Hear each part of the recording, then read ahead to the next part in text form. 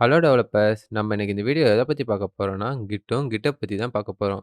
First கிட்னா என்னன்னு பார்க்கலாம். Kit எதுக்கு யூஸ் பண்ணுவாங்கன்னா, நம்ம கோடிங் ப்ரொடக்டிவிட்டி வந்து ரொம்ப பூஸ்ட் பண்ணணும். ஏன்னா, நீங்க இப்போ ஒரு ப்ராஜெக்ட் வந்து பண்றீங்கன்னா, அந்த ப்ராஜெக்ட்ல ஒவ்வொரு ஸ்டேஜையும் வந்து நீங்க மானிட்டர் பண்ணி, ட்ராக் பண்ணிட்டே இருக்கணும். அதுக்கு கிட் வந்து உங்களுக்கு யூஸ்ஃபுல்லா இருக்கும். ஏன்னா, ஒவ்வொரு ஸ்டேஜ்லயும் நீங்க ஒவ்வொரு லேயரா நீங்க டெவலப் பண்ணி அந்த ப்ராஜெக்ட் கொண்டு வருவீங்க. அத கிட் வந்து ஈஸியா ட்ராக் பண்ணி உங்களுக்கு மேனேஜ் பண்ணி தரும். இப்போ இத ஒரு ரியல் டைம் எக்ஸாம்பிள் வச்சு பார்க்கலாம். கன்சிடர் பண்ணிக்க நீங்க ஒரு டிராயிங் வரையறீங்க. அந்த டிராயிங்கில நீங்க ஒரு க்ளவுடா வரைஞ்சிருக்கீங்க. இப்போ இந்த க்ளவுடு கூட நீங்க இன்னொரு இத ஆட் பண்ண யோசிக்கிறீங்க. என்ன ஆட் பண்ணலாம் நல்லாருக்கும்? ஆ உங்களுக்கு ஒரு ஐடியா கிடைச்சிட்டு. நீங்க இதில ஸ்டார் ஆட் பண்ணா நல்லாருக்கும். அதனால நீங்க ஸ்டார வரைய தொடங்குறீங்க. இப்போ நீங்க ஸ்டார வரைஞ்ச உடனே தான் பார்த்த பிறகு தெரியுது, இந்த ஸ்டார் வந்து நல்லாவே இல்ல. அதனால நீங்க என்ன பண்றீங்கன்னா, 3 வரைஞ்ச வரைக்கும் நீங்க போதும்னு நெனச்சு இந்த ஸ்டார வந்து ரிமூவ் பண்ணணும். இந்த மாரி கண்டிஷன் டைம்ல தான் கிட் வந்து ரொம்ப ஹெல்ப்ஃபுல்லா இருக்கும். ஏன்னா, சில கமாண்ட்ஸ் மூலமா நம்ம ஈஸியா வந்து பேக் கண்டிஷன் அதாவது பேக் ஸ்டேட்க்கு நம்ம ஈஸியா போயிரலாம். எக்ஸாம்பிள் இந்த கண்டிஷன்ல நம்ம 3 வரைஞ்சிருக்க ஸ்டேட்ல இருந்தா நம்ம வந்து ஸ்டாருக்கு போயிருப்போம். அதனால நம்ம வந்து திருப்பி இந்த 3 வரைஞ்ச ஸ்டேட்டுக்கு ஈஸியா வந்து கிட் கமாண்ட்ஸ் மூலமா நம்ம இந்த பிளேஸ்க்கு வந்துரலாம். இப்போ GitHubனா என்னன்னு பார்க்கலாம். இப்போ உங்கள்ட்ட ஒரு ப்ராஜெக்ட் இருக்கு. அந்த ப்ராஜெக்ட்ட உங்க சிஸ்டம் தவிர வேற எந்த சிஸ்டமாலும் ஆக்சஸிபிள் பண்ண முடியாது. ஏன்னா, அது உங்க சிஸ்டத்துல லோக்கலா பிரசன்ட் ஆயிருக்கு. பட் GitHub இந்த ப்ராப்ளத்த வந்து சால்வ் பண்ணும். எப்படி சால்வ் பண்ணும்னா, உங்க கோட் பேஸ் எல்லாமே GitHubல இருக்கும். GitHubல சப்போஸ் இருந்துச்சுன்னா, அந்த கோடு எல்லாமே வந்து நீங்க எங்க இருந்து வேணுமோ பப்ளிக்கா ஆக்சஸிபிளும் பண்ணிக்கலாம். அத வந்து நீங்க மாடிஃபையும் பண்ணிக்கலாம். GitHubல வந்து நீங்க 2 டைப்ஸா வந்து ஸ்டோர் பண்ணிக்கலாம். ஒண்ணு வந்து பப்ளிக்கா, இன்னொன்னு பிரைவேட்டா. பப்ளிக்கான வந்து யார் வேணுமோ உங்க கோட் பேஸ ரீட் பண்ணிக்கலாம். அத மாடிஃபை பண்ண கூட ட்ரை பண்ணலாம். பிரைவேட்னா என்னன்னா, உங்க கோட் பேஸ உங்களால ஒருத்தருக்கு தான் பார்க்க முடியும். மத்த டெவலப்பர்ஸால பார்க்கவே முடியாது. அத மாடிஃபையும் பண்ண முடியாது. GitHub வந்து ஒரு கொலாபரேஷன் டூலாவும் யூஸ் பண்ணலாம். எப்படின்னா, இப்போ உங்களுக்கு ஒரு ஃபங்ஷன் எழுத தெரியுது. எக்ஸாம்பிள் சம் ஃபங்ஷன் எழுத தெரியுது. ஒரு 2 வேரியபிள் இருக்குன்னு வச்சுக்கோங்க. அந்த 2 வேரியபிள்ல இருக்க வேல்யூவ பிளஸ் பண்ணா, அதுக்கு பேர் தான் சம் ஃபங்ஷன்னு சொல்லுவோம். ஏன்னா, நம்ம இதில பிளஸ் பண்றோம். இப்போ உங்களுக்கு பிரேம் ஃபங்ஷன் எழுத தெரியாது. அதனால என்ன பண்ணலான்னா, இப்போ உங்க ஃப்ரெண்டுக்கு அந்த ஃபங்ஷன் எழுத தெரிஞ்சுச்சுன்னா, அவங்க வந்து உங்க GitHubல வந்து அந்த கோட் பேஸ்ல அவங்க ஃபங்ஷன உங்களுக்காக எழுதி தருவாங்க. இதனால வந்து ஒரு கான்ட்ரிபியூஷனா அது கொலாபரேஷன் வந்து நடக்குது. எப்படி இந்த கண்டிஷன்ல எப்படி உங்களுக்கு க்ளவுட் வரைக்கும் நல்லா வரைய தெரிஞ்சுச்சோ, இப்போ உங்க ஃப்ரெண்டு இல்லன்னா வேற யாருக்கா நல்லா ஸ்டார் வரைய தெரிஞ்சுச்சுன்னா, அவங்க வந்து உங்களுக்காக வந்து ஆட் பண்ணி தரலாம். இப்போ கிட்டோட ஒர்க் ஃப்ளோ பார்க்கலாம். இப்போ உங்களுக்கு ஒரு லோக்கலா உங்களுக்கு ஒரு ப்ராஜெக்ட் இருக்கு. அந்த ப்ராஜெக்ட்டோட ஃபோல்டருக்கு நீங்க வந்து சொல்லியிருக்க மாட்டீங்க. இதில நான் கிட் யூஸ் பண்ண போறேன். கிட் யூஸ் பண்ண போறேன்னு அதுக்கு சொல்லலன்னா, அது என்ன பண்ணும்னா, அதில ஏதாவது சேஞ்சஸ் நடந்தா கூட அத ட்ராக் பண்ணிக்கிட்டே இருக்காது. ஒன்ஸ் நீங்க அத கிட்ட இனிஷியலைஸ் பண்ணிட்டீங்கன்னா, அதாவது இதில நான் கிட் யூஸ் பண்ண போறேன்னு உங்க ப்ராஜெக்ட் சொல்லிட்டீங்கன்னா, கிட் வந்து ட்ராக் பண்ண ஆரம்பிச்சுரும். ஒன்ஸ் அத ட்ராக் பண்ணிட்டே இருக்கும் பட்சத்தில, நீங்க எப்பல்லாம் கிட் ஆட் குடுக்குறீங்க, அதாவது இந்த ஃபைல வந்து ஆட் பண்ணி வச்சுக்கோ. ஆட் பண்ணதுனா அத வந்து ஒரு ஸ்டேஜா வச்சுக்கும். சப்போஸ் நீங்க ஏதாவது மிஸ்டேக் பண்ணிட்டீங்கன்னா, அது வந்து ப்ரீவியஸ் கண்டிஷன் வரதுக்கு ரொம்ப யூஸ்ஃபுல்லா இருக்கும். இப்போ அந்த அந்த ஆட் பண்ண முடிச்சோனே, அது வந்து ஸ்டேஜிங் ஏரியா போகும். ஸ்டேஜிங் ஏரியானா, அது வந்து ரெபாசிட்டரிக்கு வந்து புஷ் பண்ணாது. பட் வந்து லோக்கல் சிஸ்டத்திலேயே அது வந்து 2 ஏரியாவா பிரிச்சு வச்சுக்கும். ஒண்ணு என்னன்னா, நீங்க வந்து யாருக்குமே பண்ண ஸ்டேட், இன்னொன்னு கரண்ட்டா பண்ணிக்கிட்டு இருக்க ஸ்டேட். இப்போ ஏதாவது மிஸ்டேக் வந்து நீங்க கரண்ட்டா பண்ணிட்டீங்கன்னா, நீங்க பழைய ஸ்டேட்டுக்கு வந்து நீங்க ஈஸியா ஒரு கமாண்ட் மூலமா கிட் யூஸ் பண்ணி போய்க்கலாம். ஒன்ஸ் நீங்க அத வந்து ஸ்டேஜிங் ஏரியால இருக்கிறது எல்லாமே ப்ராப்பரா இருந்துச்சுன்னா, நீங்க வந்து ஃபர்தரா GitHubக்கு வந்து புஷ் பண்ணுவீங்க. இப்போ நம்ம இத ஒரு ரியல் டைம் எக்ஸாம்பிள் வச்சு பார்க்கலாம். ஃபர்ஸ்ட்டு தேவைப்படக்கூடிய கமாண்ட் வந்து git initialize. இது என்ன பண்ணும்னா, இப்போ நம்மள்ட்ட ஒரு ப்ராஜெக்ட் இருக்கு. அந்த ப்ராஜெக்ட்ல இருக்க ஃபோல்டருக்கு நம்ம சொல்லணும். இதில நான் வந்து git யூஸ் பண்ண போறேன்னு. அப்போ நம்ம git initialize command first use பண்ணணும். இது என்ன பண்ணும்னா, நம்ம ப்ராஜெக்ட் வந்து ஒவ்வொரு சேஞ்சஸ் நடக்க பட்சம் அந்த கிட் வந்து ட்ராக் பண்ணிக்கிட்டே இருக்கும். அப்பதான் வந்து நம்ம ப்ரீவியஸ் ஸ்டேட்டுக்கு வந்து அத போக முடியும். இன்கேஸ் ஏதாவது வந்து தப்பு நடந்துச்சுன்னா, நம்ம ப்ரீவியஸ் ஸ்டேட்டுக்கு வந்து ஈஸியா போய்க்கலாம். அதனால git initialize மூலமா இத வந்து நம்ம சொல்லிக்கலாம் நம்ம ப்ராஜெக்ட் ஃபோல்டருக்கு. நான் இதில git யூஸ் பண்ண போறேன்னு. இப்போ இந்த ஃபோல்டர்ல ஒரு ப்ராஜெக்ட் இருக்கு. இந்த ஃபோல்டரோட நேம் வந்து என்னன்னா, கிட் லேர்னிங்ன்னு வச்சிருக்கேன். இப்போ இதில ஒரு ஃபைல் இருக்கு. அந்த ஃபைல் வந்து index.js. அந்த ஃபைல்ல கான்ஸ்ட் ஹாலோ ஷனிந்துன்னு இருக்கு. ஒரு ஸ்ட்ரிங் இருக்கு. இப்போ இந்த ஃபோல்டருக்கு நம்ம சொல்லணும், இதில நான் கிட் யூஸ் பண்ண போறேன்னு. அதனால நான் இதில git init கமாண்ட் யூஸ் பண்றேன்.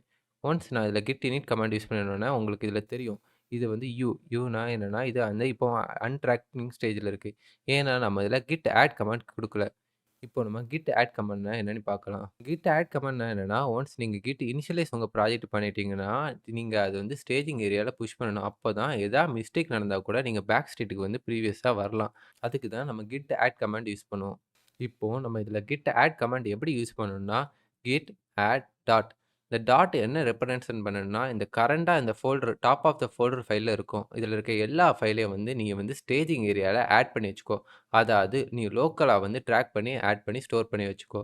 இன்கேஸ் மிஸ்டேக் நான் ஃபர்தரா இதில சின்டாக்ஸ் மிஸ்டேக் போட்டா கூட நான் திருப்பி வருவேன். அப்போ எனக்கு இந்த ஸ்டேட்ட எனக்கு ஒழுங்கா குடுக்கணும்னு சொல்லி இதில நீ வந்து ட்ராக் பண்ணி வச்சுக்கலாம்.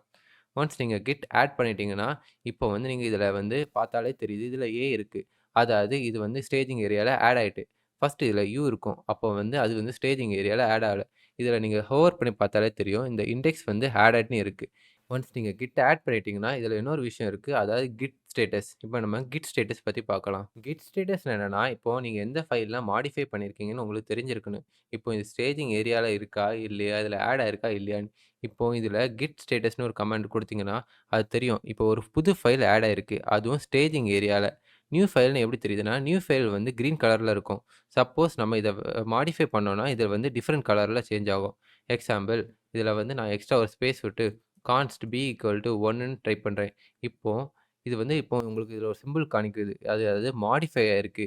சப்போஸ் இது மாடிஃபை ஆயிருந்ததுன்னா, இப்போ நீங்க திருப்பி கிட் ஸ்டேட்டஸ் குடுத்தீங்கன்னா, என்ன காணிக்கும்னா, உங்களுக்கு வந்து ரெட் கலர்ல காணிக்கும். அதாவது மாடிஃபை ஆயிருக்குன்னு. ஏன்னா நியூ ஃபைல் கிரியேட் ஆயிருக்கு. ஃபர்ஸ்ட்டு அது நியூ ஃபைல் கிரியேட் ஆயிருக்கு. அத ஆட் பண்ணும். நெக்ஸ்ட் அடுத்ததா நீங்க என்ன பண்ணீங்க? நெக்ஸ்ட் ஸ்டெப் வந்து மாடிஃபை பண்ணியிருக்கீங்க. அதனால இது வந்து ரெட் கலர்ல காணிக்குது. கிட் ஸ்டேட்டஸ் எதுக்கு யூஸ் பண்ணுவாங்கன்னா, ப்ரீவியஸ் ஸ்டேட்ல இருந்து இப்போ கரண்ட் ஸ்டேட்ல நான் எந்த ஃபைல்ல நான் ஆட் பண்ணியிருக்கேன்னு உங்களுக்கு தெரிஞ்சுக்கிறதுக்காக கிட் ஸ்டேட்டஸ் வந்து யூஸ் பண்ணுவோம். இப்போ நம்ம கிட் கமிட் கமாண்ட் பத்தி பார்க்கலாம். கிட் கமிட் கமாண்ட் என்னன்னா, ஒன்ஸ் நீங்க கிட் ஆட் பண்ணி முடிச்சோனே, அத ஸ்டேஜிங் ஏரியால இருந்து நீங்க வந்து அத சேவ் பண்ணி வைக்கணும். என்டையரா. அப்பதான் வந்து நீங்க வந்து ரெபாசிட்டரிக்கு வந்து புஷ் பண்ண முடியும். ரெபாசிட்டரி எத சொல்றேன்னா, GitHubல இருக்க ஒரு ஃபோல்டர் மாரி நெனச்சுக்கோங்க. இப்போ நீங்க சேவ் பண்ணிட்டீங்கன்னா, அது ஸ்டேஜிங் ஏரியால இருந்து உங்க லோக்கலா ரெபாசிட்டரிக்கு புஷ் ஆகக்கூடிய ஸ்டேட்ல வந்து ரெடியாயி இருக்கும். இப்போ கிட் கமிட் ஹைஃபன் எம்னா நம்ம கிட் கமிட் ஒவ்வொரு வாட்டி நம்ம கமிட் பண்ணும்போதுச்சுனா, அதுக்கு ஒரு வேலிடான ஒரு மெசேஜ சொல்லணும். இந்த இதில வேலிடான மெசேஜ் என்னன்னா, index.js ஃபைல் இஸ் ஆடட். ஏன்னா ஃபர்ஸ்ட்டு நம்ம அத ஆட் பண்ணியிருக்கோம். அதனால index.js ஃபைல் இஸ் ஆடட். இது ஒரு வேலிட் கமாண்ட். நீங்க குடுத்தோனே one file changed and one inserted. அதனாலனா ஒரு ஃபைல்ல ஒரு லைன் வந்து இன்சர்ட் ஆயிருக்குன்னு சொல்றோம். ஏன் இதில 2 லைன் இருக்கு? ஏன் ஒரு லைன் தான் ஆட் ஆயிருக்குன்னா, நான் ஒரு லைன வந்து ஃபர்ஸ்ட்டு கிட் ஆட் இருக்கும் பட்சத்தில நான் ஒரு லைன் தான் குடுத்தேன். அதாவது கான்ஸ்ட் ஹலோ ஷெனின் ஜேஆர் தான் குடுத்தேன். 2வது இத ஆடே பண்ணல. அதனால இதில அது வந்து ஆட் பண்ணிக்காது கிட்டு. இப்போ இத வந்து டைரக்ட்டா GitHubக்கு நீங்க புஷ் பண்ணிக்கலாமான்னு நீங்க கேட்பீங்க. ஆனா அப்படி புஷ் பண்ண முடியாது. ஏன்னா நீங்க வந்து சொல்லல. கிட்டுக்கு லோக்கலா பிரசன்ட் ஆயிருக்கிறதுக்கு. எனக்கு ரெபாசிட்டரி வந்து எங்க இருக்குன்னு. அதனால நம்ம இப்போ GitHub போய் ரெபாசிட்டரி கிரியேட் பண்ணிட்டு வந்து நம்ம புஷ் பண்ணிக்கலாம். ஒன்ஸ் நீங்க GitHub ஓப்பன் பண்ணிட்டீங்கன்னா, இந்த லெஃப்ட் சைட்ல ஒரு நியூன்னு ஒரு பட்டன் இருக்கும். இந்த பட்டன கிளிக் பண்ணீங்கன்னா, ஒரு பேஜ் ஓப்பன் ஆகும். இதில ரெபாசிட்டரி நேம் குடுத்துருங்க. ரெபாசிட்டரி நேம எப்பவும் ஒரு மீனிங்ஃபுல்லான நேமா குடுங்க. இதில நான் சும்மா கிட் லேர்னிங் குடுக்குறேன். இப்போ ஒன்ஸ் நீங்க கிட் லேர்னிங் குடுத்துட்டீங்க, உங்களுக்கு நான் சொன்ன மாரி கிட்ல 2 டைப்ஸ் இருக்கு. Public, private. இப்போ நான் இத பப்ளிக்கா வச்சுக்கிறேன். இப்போ நான் இதில கிரியேட் ரெபாசிட்டரின்னு குடுக்குறேன். ஒன்ஸ் நீங்க கிரியேட் ரெபாசிட்டரின்னு குடுத்தீங்கன்னா, இது அப்படியே உங்களுக்கு கமெண்ட்ஸ் ரெக்கமெண்ட் பண்ணும். ஃபர்ஸ்ட் நம்ம கிட் இனிஷியலைஸ் பண்ணோம். அதுக்கப்புறம் கிட் ஆட் பண்ணோம். இந்த ஆட்ல வந்து அவங்க ரீட்மீயும் சேர்த்துருக்காங்க. நெக்ஸ்ட் வந்து கிட் கமிட் குடுத்தோம். இப்போ இந்த பிரான்ச் வந்து நீங்க சேஞ்ச் பண்ணிக்கலாம். பட் இனிஷியலா உங்களுக்கு பிரான்ச் வந்து மெயின்ல தான் இருக்கும். அதனால உங்களுக்கு சேஞ்ச் பண்ணணும்னு அவசியம் இல்ல. இப்போ நம்ம கிட் ரிமோட் ஆட் ஒரிஜின்னா என்னன்னு பார்க்கலாம். கிட் ரிமோட் ஆட் ஒரிஜின்னா என்னன்னா, இப்போ நீங்க கமிட் கமாண்ட் குடுத்து முடிச்சோனே, நீங்க டைரக்ட்டா புஷ் பண்ண முடியாது. ஏன் புஷ் பண்ண முடியாதுன்னா, உங்க கிட்டுக்கு தெரியாது. அந்த ரெபாசிட்டரி வந்து எங்க கிரியேட் ஆயிருக்குன்னு. அதனால நீங்க அதில ஒரு கனெக்ஷன் மேட் பண்ணணும். என்னன்னா, உங்க லோக்கல் சிஸ்டம்க்கும், GitHubக்கும். இத வந்து பை டைரக்ஷனல் கனெக்ஷன்னு சொல்லலாம். ஏன்னா, நம்ம கோட வந்து லோக்கல் சிஸ்டம் இந்த GitHubக்கும் புஷ் பண்ணிக்கலாம். இப்போ வேற யாரா உங்களுக்கு அந்த கோட மாடிஃபை பண்ணா, அங்க இருந்து GitHubல இருந்து நீங்களும் அத வந்து புல் பண்ணி எடுத்துக்கலாம் உங்க லோக்கல் சிஸ்டத்துக்கு. அதனால இத பை டைரக்ஷனல் கனெக்ஷன்னே சொல்லுவோம். உங்க லோக்கல் சிஸ்டத்திலருந்து GitHub புஷ் பண்ணா, உங்களுக்கு ஒரு ஒரிஜின் தேவை. அதாவது அந்த லொகேஷன் தேவை எங்க GitHub பிரசன்ட் ஆயிருக்குன்னு. இப்போ அதோட கமெண்ட்ஸ பார்க்கலாம். நெக்ஸ்ட் வந்து GitHubக்கு வந்து நம்ம சொல்றோம். லோக்கலா இருக்க சிஸ்டத்துக்கு நம்ம சொல்லணும். என்னன்னா, இங்க தான் என் GitHubவோட ஃபைல் வந்து பிரசன்ட் ஆயிருக்குன்னு. அப்போ இந்த கமாண்ட காப்பி பண்ணிக்கோங்க. காப்பி பண்ணிட்டு விஷுவல் ஸ்டுடியோக்கு போங்க. ஒன்ஸ் நீங்க விஷுவல் ஸ்டுடியோ போனோனே, காப்பி பண்ண கமாண்ட பேஸ்ட் பண்ணுங்க. இந்த கமாண்ட் என்ன சொல்லும்னா, கெட் ரிமோட். ரிமோட்னா என்னன்னா, ஒரு ரிமோட் லொகேஷன்ல நான் வந்து ஒரு ரெபாசிட்டரி கிரியேட் பண்ணியிருக்கேன். அந்த ரெபாசிட்டரிய வந்து ஒரு ஒரிஜின்னா என்னன்னா லொகேஷன் சொல்றோம். அந்த லொகேஷன்ல வந்து இந்த ஃபைல்ஸ் எல்லாத்தையும் ஆட் பண்ணிக்கோ. அந்த லொகேஷன் தான் வந்து இந்த லொகேஷன். இந்த லிங்க நீங்க கிளிக் பண்ணா உங்க GitHub லொகேஷன் போகும்.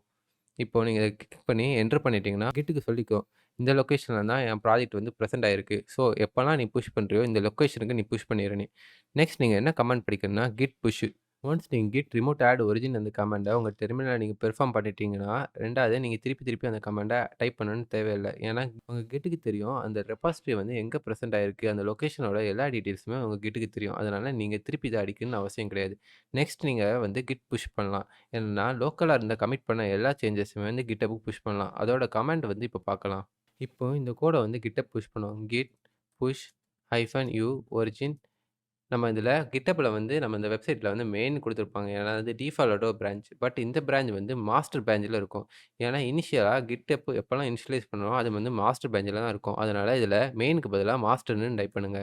இப்போ இந்த என்ன சொல்லுதுன்னா, இப்போ உங்க லோக்கலா இருக்க கோடும், ரெபாசிட்டரில இருக்க கோடும் ஒரே மாரி இருந்ததுன்னா, இந்த கமாண்ட் வந்து எக்ஸிக்யூட் ஆகும். சப்போஸ் இந்த கோடும், ரெபாசிட்டரில இருக்க கோடும் வந்து டிஃபரெண்ட்டா இருந்ததுன்னா, இந்த கமாண்ட் வந்து எக்ஸிக்யூட் ஆகாது. அப்போ என்ன பண்ணா, ஒன்லி அந்த எரர ரெக்டிஃபை பண்ணணும். இல்லன்னா அந்த ரெபாசிட்டரில எல்லா கோடுமே வந்து புஷ் பண்ணி லோக்கல் சிஸ்டத்துக்கு எடுத்தீங்கன்னா, அப்புறம் இந்த கோட வந்து நீங்க GitHub புஷ் பண்ணலாம். git புஷ் இது என்ன சொல்லுதுன்னா, GitHubக்கு நான் புஷ் பண்ண போறேன். இந்த -uன்னா என்னன்னா, இப்போ எக்ஸாம்பிள் இந்த கோடு வந்து ஒரே மாரி இருக்கு. பட் நான் வெப்சைட்ல போய் நான் அந்த கோட வந்து மாடிஃபை பண்ணிட்டேன்னு நெனச்சுக்கோங்க. இப்போ இந்த கான்ஸ்ட் b = 1 வந்து நான் எரேஸ் பண்ணிட்டேன்.